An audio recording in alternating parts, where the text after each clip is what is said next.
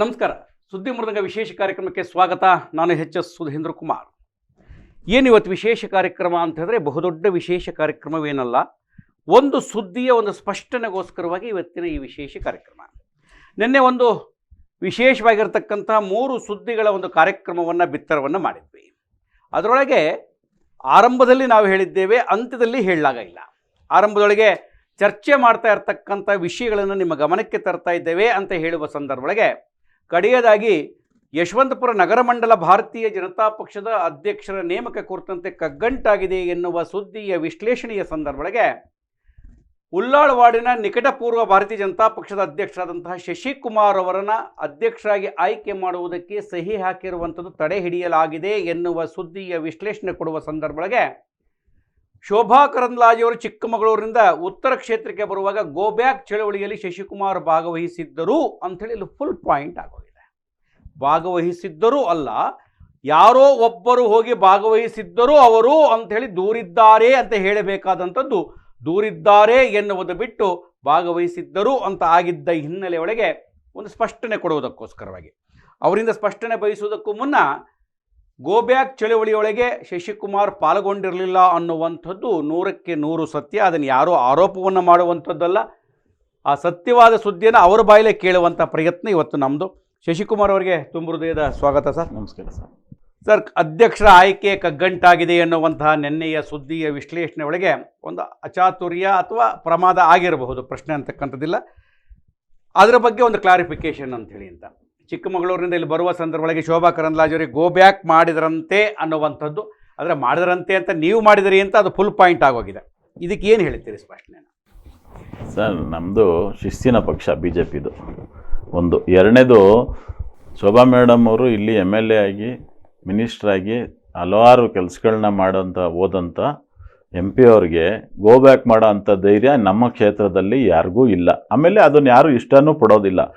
ಅವರು ಮೊದಲನೇ ದಿನ ನಮ್ಮ ಕ್ಷೇತ್ರಕ್ಕೆ ಕಾಲಿಡ್ತಿದ್ದಾರೆ MP ಎಲೆಕ್ಷನ್ಗೋಸ್ಕರ ಅಂದಾಗ ಪ್ರಮುಖವಾಗಿ ಗಾರ್ಲೆಂಡ್ ಮಾಡೋಕ್ಕೆ ಪಾರ್ಟಿ ಆಫೀಸ್ ಹತ್ರ ಅಧ್ಯಕ್ಷರ ಜೊತೆ ನಿಂತಂಥವ್ರು ನಾವುಗಳೇನೆ. ಯಾರು ನಿಮಗೆ ಮಿಸ್ಗೈಡ್ ಮಾಡಿದ್ದಾರೆ ಈ ವಿಚಾರವಾಗಿ ನಮಗೆ ಗೊತ್ತಿಲ್ಲ. ನಿನ್ನೆ ನಾನು ನಿಮ್ಮ ನ್ಯೂಸ್ ನೋಡಿದೆ, ಅದಕ್ಕೋಸ್ಕರ ಇವತ್ತು ನಾನು ನಿಮಗೆ ಕ್ಲಾರಿಟಿ ಕೊಡಬೇಕು ಸರ್. ಇಲ್ಲಾಂದರೆ ತಪ್ಪು ಸಂದೇಶ ಹೋಗ್ತದೆ ಪಾರ್ಟಿಗೂ ಸಹ. ಪಾರ್ಟಿ ಅಧ್ಯಕ್ಷರು ಸಮೇತ ಗೊತ್ತು ನಾನು ಆ ವಿಚಾರದಲ್ಲಿ ಭಾಗಿಯಾಗಿಲ್ಲ, ಮತ್ತು ಆ ಥರ ಕೆಲಸ ನಾವು ಮಾಡೋದಿಲ್ಲ. ಯಾಕಂದರೆ ನಾವು ಚಿಕ್ಕ ವಯಸ್ಸಿಂದ ಸಂಘ ಪರಿವಾರದವ್ರನ್ನ ನೋಡಿಕೊಂಡು ಎಲ್ಲರ ಜೊತೆ BJP ಕಾರ್ಯಜೊತೆ ಬೆಳೆದಂಥ ವ್ಯಕ್ತಿ ನಾವು. ಆದ್ದರಿಂದ ಶೋಭಾ ಮೇಡಮ್ಗೆ ಗೋ ಬ್ಯಾಕ್ ಮಾಡೋಂಥ ಧೈರ್ಯ ಯಶವಂತಪುರ ಕ್ಷೇತ್ರದಲ್ಲಿ ಇವತ್ತಿನವರೆಗೂ ಯಾರಿಗೂ ಇಲ್ಲ. ಕ್ಷೇತ್ರದಲ್ಲಿ BJPಗೆ ಹಲವು ಜನ ಚುನಾವಣೆ ಸಂದರ್ಭದಲ್ಲಿ ಪಾರ್ಟಿಲಿ ಇದ್ಕೊಂಡೇ ಬೇರೆ ಪಕ್ಷಕ್ಕೆ ಸಹಾಯ ಮಾಡಿದಂಥವ್ರನ್ನೇ ನಮ್ಮ ಪಾರ್ಟಿ ಕ್ಷಮಿಸ್ತದೆ ಅಂದಾಗ ನಾವೇನು ಮಾಡದೇ ಇರೋಂಥ ಸಂದರ್ಭದಲ್ಲಿ ನಾವು ಯಾಕೆ ಧೈರ್ಯ ಕೆಡಬೇಕು? ಅದರಿಂದ ನಾನು ಇವತ್ತು ನಿಮ್ಮ ಸ್ಟುಡಿಯೋಗೆ ಬಂದು ನಾನು ಅದಕ್ಕೆ ಕ್ಲಾರಿಟಿ ಕೊಡಬೇಕು ಅಂತ ಬಂದಿದ್ದೀನಿ ಸರ್. ಖಂಡಿತ. ಈಗ ತಾವು ಹೇಳಿದಾಗೆ ಅದು ಒಂದು ಫುಲ್ ಪಾಯಿಂಟ್ ಆಗಿದ್ದರೆ ಪ್ರಮಾದ. ಅದು ನಮ್ಮ ಉದ್ದೇಶವೂ ಅದಿರಲಿಲ್ಲ, ನಿಮ್ಮ ಉದ್ದೇಶವೂ ಅದಿಲ್ಲ, ನೀವು ಕೂಡ ಆ ರೀತಿಯೇ ನಡ್ಕೊಂಡಿಲ್ಲ ಅನ್ನುವಂಥದ್ದು. ಪಕ್ಷನಿಷ್ಠೆಯ ವಿಚಾರ ಬಂದಾಗ ಶಶಿಕುಮಾರ್ ಬಗ್ಗೆ ಯಾರೂ ಬೆರಳಿಟ್ಟು ತೋರಿಸುವ ರೀತಿಯೊಳಗೆ ಇವತ್ತಿನವರು ನೀವಿಲ್ಲ. ಅದರಲ್ಲಿ ಎರಡನೇ ಮಾತಲ್ಲಿ ನಾವೇನು ನಿಮ್ಮನ್ನು ಹೊಗಳಬೇಕಾದ್ದು ಅಂತಕ್ಕಂತಿಲ್ಲ. ವಾಸ್ತವ ವರದಿಯನ್ನು ಕೊಡುವಂಥದ್ದಾದರೆ ಘಟಾನುಘಟಿಗಳನ್ನು ಎದುರು ಹಾಕಿಕೊಂಡು ಮುಂದೆ ಎದುರು ಹಾಕಿಕೊಳ್ಳಲು ಸನ್ನದ್ಧರಾಗಿಯೇ ಇದ್ದೀರಿ ಅನ್ನುವಂಥದ್ದು ಎರಡನೇ ಮಾತಿಲ್ಲ. ಯಾಕೆಂದರೆ ಅಷ್ಟು ಸುಲಭದ ಮಾತೇನಲ್ಲ. ನೀವು ಬಹಳ ಕಷ್ಟ ಕಾಲದಲ್ಲಿ ಅಧ್ಯಕ್ಷ ಸ್ಥಾನದ ಆಕಾಂಕ್ಷಿಯಾಗಿದ್ದೀರಿ. ಇವತ್ತಿನ ಪರಿಸ್ಥಿತಿಗಳು ನಿಮ್ಮ ಸರ್ಕಾರ ಇಲ್ಲ, ನಿಮ್ಮ ಶಾಸಕರಿಲ್ಲ, ಇಂತಹ ಪರಿಸ್ಥಿತಿಗಳಿಗೆ ಅಧ್ಯಕ್ಷ ಸ್ಥಾನವನ್ನು ನೀವು ಬೇಕು ಅಂತ ಕೇಳ್ತಾ ಇದ್ದೀರಿ ಅಂತಂದರೆ ಹುಡುಗಾಟದ ಮಾತಲ್ಲ ಅಂತೇಳಿ ಅಂತ. ಸರ್, ಯಾಕೆ ಡಿಲೇ ಆಗ್ತಿದೆ? ಸ್ಪಷ್ಟನೆ ಆಯಿತು, ನಾನು ಜಾಸ್ತಿ ಈ ವಿಚಾರನ ಎಳಿಲಿಕ್ಕೆ ಹೋಗಲ್ಲ, ಕೇವಲ ಸ್ಪಷ್ಟನೆ ಅಷ್ಟೇ ನನಗೆ ಬೇಕಾದಂಥದ್ದು. ನಾನು ಕೂಡ ಸ್ಪಷ್ಟನೆ ಕೊಟ್ಟಿದ್ದೇನೆ. ಡಿಲೇ ಆಗ್ತಿದೆ, ಶಶಿಕುಮಾರ್ ಸಹಿ ಆಗೋಯ್ತು ಅನ್ನೋ ಸಂದರ್ಭ ಡಿಲೇ ಆಗ್ತಾ ಇದೆ. ಯಾಕೆ ಡಿಲೇ ಆಗ್ತಾ ಇದೆ? ಒಂದು ವೇಳೆ ಅಧ್ಯಕ್ಷರಾದರೆ ನಿಮ್ಮ ಆಲೋಚನೆಗಳು ಹೇಗಿರುತ್ತೆ? ಡಿಲೇ ಆಗ್ತದೆ ಅನ್ನೋದಕ್ಕೆ ನನ್ನಂತೆ ಸುಮಾರು ಜನ ಕಾರ್ಯಕರ್ತರು ಅಧ್ಯಕ್ಷರ ಆಕಾಂಕ್ಷಿ ಇದ್ದಾರೆ. ನಮ್ಮ ಸ್ನೇಹಿತರುಗಳು ಅವರೆಲ್ಲರೂ ನಾವೆಲ್ಲ ಒಂದೇ ಪಕ್ಷದಲ್ಲಿ ಇರೋದಕ್ಕಂತ. ಆಗೋವರೆಗೂ ನಾವು ನಮಗೆ ಬೇಕು ಅಂತ ಕೇಳೋ ಅಂಥದ್ದು BJP ಸಿದ್ಧಾಂತದಲ್ಲಿ ಹಿಂದಿನಿಂದ ನಡ್ಕೊಂಬಂದಿರೋಂಥದ್ದು. ಆದ ನಂತರ ಎಲ್ಲರೂ ಒಗ್ಗಟ್ಟಾಗಿ ಪಕ್ಷನ ಕಟ್ಟಬೇಕು, ಅದಕ್ಕೆ ಎಲ್ಲರೂ ಬದ್ಧ. ನಾವು ಲೇಟ್ ಆಗ್ತಾ ಇರೋದು ಈಗ ಕೆಲವೊಂದು ಸಂದರ್ಭಗಳಲ್ಲಿ ಯಾರು ಪ್ರಬಲಿದ್ದಾರೆ, ಆಮೇಲೆ ಇವಾಗಿನ ಪರಿಸ್ಥಿತಿ ಕ್ಷೇತ್ರದ್ದು ತಮಗೆ ಗೊತ್ತಿದೆ ಯಾವ ಥರ ಇದೆ ಅಂತ ಅಂದ್ಬಿಟ್ಟು ಇಂಥ ಸಂದರ್ಭದಲ್ಲಿ ಸಂಘಟನೆ ಯಾವ ಥರ ಮಾಡಬೇಕು ಅನ್ನೋದನ್ನು ಆಲೋಚನೆ ಮಾಡ್ತಿದ್ದಾರೆ. MP ಅವ್ರ ಗಮನಕ್ಕೂ ಇದೆ, ರಾಜ್ಯಾಧ್ಯಕ್ಷರಿಗೂ ಗಮನಕ್ಕೂ ಇದೆ.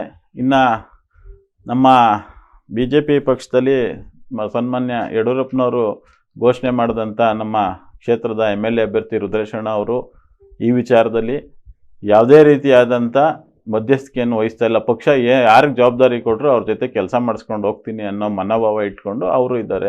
ಸುಮ್ಮನೆ ಎಲ್ಲರೂ ಹೇಳ್ತಾರೆ ರುದ್ರೇಶ್ ಅವರು ಇದರಲ್ಲಿ ಇನ್ವಾಲ್ವ್ ಆಗಿ ಅವ್ರನ್ನ ಪ್ರಬಲವಾಗಿ ಇದು ಮಾಡ್ತಿದ್ದಾರೆ ಅಂತ ಅಂದ್ಬಿಟ್ಟು, ನಾನು ಪ್ರಬಲವಾಗಿ ನಾನೇ ಕೇಳ್ತಾ ಇದ್ದೀನಿ. ಯಾಕಂದರೆ ನಾನು ಪಕ್ಷಕ್ಕೆ ಕೆಲಸ ಮಾಡ್ತಾ ಇದ್ದೀನಿ, ಯಾವುದೇ ರೀತಿ ಡಬಲ್ ಗೇಮ್ ಮಾಡಿಲ್ಲ ಇವತ್ತಿನವರೆಗೂ. ಬೆಳಗ್ಗೆ ಎಲ್ಲ BJP ನಾವು ಅಂತಾರೆ, ರಾತ್ರಿ ಆಯಿತು ಅಂದರೆ ಇನ್ನೊಬ್ಬರ ಜೊತೆ ಫೋನಲ್ಲಿ ಮಾತಾಡ್ತಾರೆ. ಅಡ್ಜಸ್ಟ್ಮೆಂಟ್ ರಾಜಕಾರಣ ಮಾಡಬಾರ್ದು ಅನ್ನೋದಷ್ಟೇ.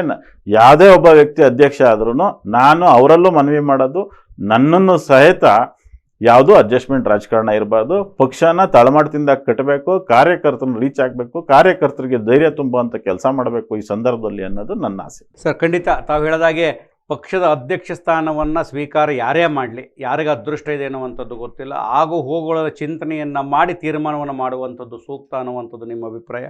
ಇನ್ನೊಮ್ಮೆ ಅಧ್ಯಕ್ಷರ ಆಯ್ಕೆಯ ನಂತರವೇ ನಿಮ್ಮ ಸಂದರ್ಶನವನ್ನು ನಾನು ಮಾಡ್ತೇನೆ. ಈಗ ಬಹುಶಃ ಇದು ಸೂಕ್ತವಾದ ಸಮಯ ಅಲ್ಲ ಅನ್ನುವಂಥದ್ದು ನನ್ನ ಅಪೇಕ್ಷೆ. ತಾವು ಏನು ಸ್ಪಷ್ಟನೆಯನ್ನು ಕೊಟ್ಟಿದ್ದೀರಿ, ನಾನು ಕೂಡ ಇನ್ನೊಮ್ಮೆ ಸ್ಪಷ್ಟನೆಯನ್ನು ಕೊಡ್ತಾ ಇದ್ದೇನೆ. ಶೋಭಾ ಕರಂದ್ಲಾಜೆಯವರು ಬೆಂಗಳೂರು ಉತ್ತರ ಲೋಕಸಭಾ ಕ್ಷೇತ್ರದ ಅಭ್ಯರ್ಥಿ ಅಂತ ಘೋಷಣೆಯಾದ ನಂತರ ಪ್ರಪ್ರಥಮ ಬಾರಿಗೆ ಹೊಯ್ಸಳ ವೃತ್ತದಲ್ಲಿರುವಂತಹ ಅಂತ್ಯೋದಯ ಭವನಕ್ಕೆ ಆಗಮಿಸಿದಾಗ ಬಹುದೊಡ್ಡ ಕಿತ್ತಳೆ ಹಣ್ಣಿನ ಹಾರವನ್ನು ಕ್ರೈನೊಳಗೆ ತಂದು ಹಾಕದಂಥವ್ರು ಶಶಿಕುಮಾರ್ ಮತ್ತು ಗೆಳೆಯರು ಅನ್ನುವಂಥದ್ದು.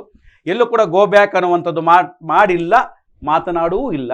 ಯಾರೋ ಹೇಳಿದಂಥದ್ದು, ಯಾರೋ ಹೇಳಿದರು ಅನ್ನುವ ವಾಕ್ಯ ಬಿಟ್ಟು ಹೋಗಿದ್ದರಿಂದ ಆದ ಅಚಾತುರ್ಯ ಅವರ ಮನಸ್ಸಿಗೆ ನೋವಾಗಿರ್ಬೋದು. ಆದರೆ ಇದು ಯಾವುದೂ ಅಲ್ಲ ಅನ್ನುವಂಥದ್ದನ್ನು ಈ ಮೂಲಕ ಸ್ಪಷ್ಟನೆಯನ್ನು ಕೊಡ್ತಾ, ಮುಂದಿನ ದಿನಗಳಲ್ಲಿ ನಿಮಗೆ ಉತ್ತಮವಾಗಿರ್ತಕ್ಕಂಥ ಅಧಿಕಾರ ಲಭಿಸಲಿ, ಆ ಮೂಲಕವಾಗಿ ಒಂದಷ್ಟು ಸೇವೆ ಮಾಡುವಂತಾಗಲಿ ಅಂತ ಹೇಳ್ತಾ ಈ ಸ್ಪಷ್ಟನೆ ಕೊಟ್ಟಿದ್ದಕ್ಕೆ ತಮಗೆ ಧನ್ಯವಾದಗಳು. ವೀಕ್ಷಕರೇ, ಶಶಿಕುಮಾರ್ ಅವರ ಸ್ಪಷ್ಟನೆಯನ್ನು ನೇರವಾಗಿ ನಿಮಗೆ ಕೊಡಲಾಗಿದೆ. ಇವತ್ತಿನವರೆಗೆ ಸುದ್ದಿ ಮೃದಂಗ ಯಾರ ಪರವೂ ಇಲ್ಲ, ಯಾರ ವಿರೋಧವೂ ಇಲ್ಲ. ಇರುವ ವಾಸ್ತವ ಸುದ್ದಿಯನ್ನು ಕೊಡುವುದಷ್ಟೇ ನಮ್ಮ ಕೆಲಸ. ಅದನ್ನು ಕೊಟ್ಟಿದ್ದೇವೆ ಅನ್ನುವಂಥ ಮಾತುಗಳನ್ನು ಹೇಳ್ತಾ ಮತ್ತೆ ವಿಶೇಷ ಸುದ್ದಿ, ವಿಶೇಷ ಮಾಹಿತಿಯನ್ನು ಹೊತ್ತು ಬರ್ತಾನೆ. ನಮಸ್ಕಾರ.